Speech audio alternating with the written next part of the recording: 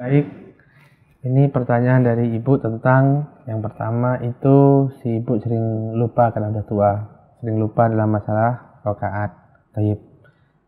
Kalau seperti ini, maka saran saya kalau memang di rumah ada keluarga yang sholat di rumah, bisa berjamaah dengan dia. Berjamaah sholat, berjamaah. Jadi makmum, kan jadi imam, tapi jadi makmum. Mungkin ada anak perempuannya di sana atau cucunya perempuannya, disuruh jadi imam, sholat berjamaah bersama cucu perempuan ini atau anak perempuan ini. Jadikan imam, ibu jadi makmumnya. Insya Allah tidak akan lupa kalau begitu. Baik.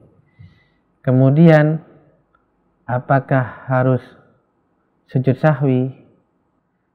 Sujud sahwi itu kalau kita yakin benar-benar lupa dan melakukan kesalahan. Kalau tidak, ya enggak. Tapi kalau kemudian melakukan kesalahan karena lupa, maka ada beberapa kemungkinan. Yang pertama, ada tambahan dalam sholatnya. Atau yang kedua, ada pengurangan. Kalau ada pengurangan, maka sujud sahwinya sebelum salam. Seperti seorang yang kelupaan tidak tahiyat awal. Jadi habis rakaat kedua langsung berdiri tanpa tahiyat awal. Kemudian dia baru ingat, saya belum tahiyat awal. Padahal dia sudah berdiri. Maka tidak perlu balik lagi. Ya, tidak perlu balik lagi ke melakukan tahiyat awal. Nah, teruskan sholatnya sampai selesai. Kemudian setelah tasyahud sebelum salam, sujud sahwi 2 kali. Kemudian salam. Berikutnya, tapi apabila kesalahan dia itu berupa tambahan, seperti apa contohnya? Berupa tambahan, maka sujud sahwinya setelah salam.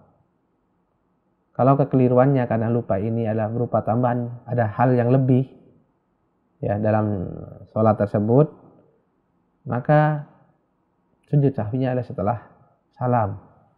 Contoh misalkan seorang sholat zuhur,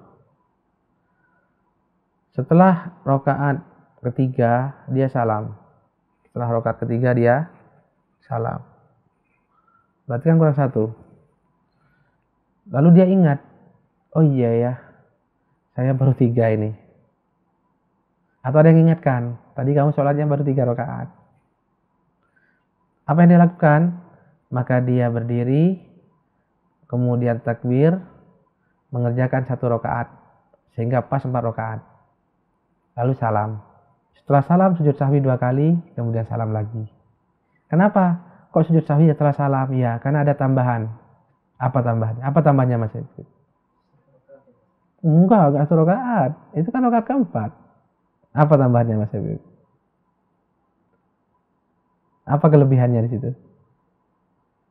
Kelebihannya adalah salam yang pertama tadi. Kelebihan kan tadi sudah salam dia. Salam apa ini? Kan kelebihannya di sini. Ya kan kekeliruannya di situ. Salam yang tadi. Nah, karena ada kelebihan, maka salamnya adalah sujud sahwinya setelah salam. Begitu hakikatnya. Tapi kalau ibu yang lupa, ini kan ibunya nih sudah tua, sering lupa. Di tengah-tengah sholat biasanya dia lupa, kelupaan ini saya di rakaat berapa. Maka yang ibu lakukan pertama adalah mencari dulu, mengingat-ingat, mencari yang yakin, namanya mengingat-ingat. Tadi apa yang saya sudah lakukan? Contoh misalkan begini, ibu lupa, saya ini di sekarang rakaat ketiga atau rakaat kedua ya, gitu kan? Terus ibu ingat-ingat apa yang telah dilakukan sebelumnya. Tapi tadi saya sudah sujud, tapi saya sudah tasyahud awal tadi. Kalau sudah tasyahud awal, maka kira-kira sekarang yang saya ini ada di rakaat kedua atau rakaat ketiga, Mas Habib? Rakaat ketiga.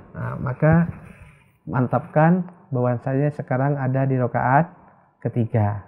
Begitu. Baik, itu kalau apa namanya bisa dicari tanda-tandanya. Tapi kadang-kadang tidak dapat tanda-tandanya, sudah ingat-ingat tapi lupa semua, benar-benar blank. Saya di rakaat kedua apa rakaat ketiga blank, nggak dapat apa-apa, sudah nggak dapat tanda-tanda ya yang dapat menguatkan salah satunya. Apa yang dilakukan? Pilih yang paling sedikit. Pilih yang paling sedikit. Berarti kalau dia bingung antara 3 dan 2, dipilihnya yang mana, Mas? Yang 2. Begitu caranya. Kemudian nanti sujud sahwi di akhirnya. Mudah-mudahan dapat dipahami. Wallahu taala alam.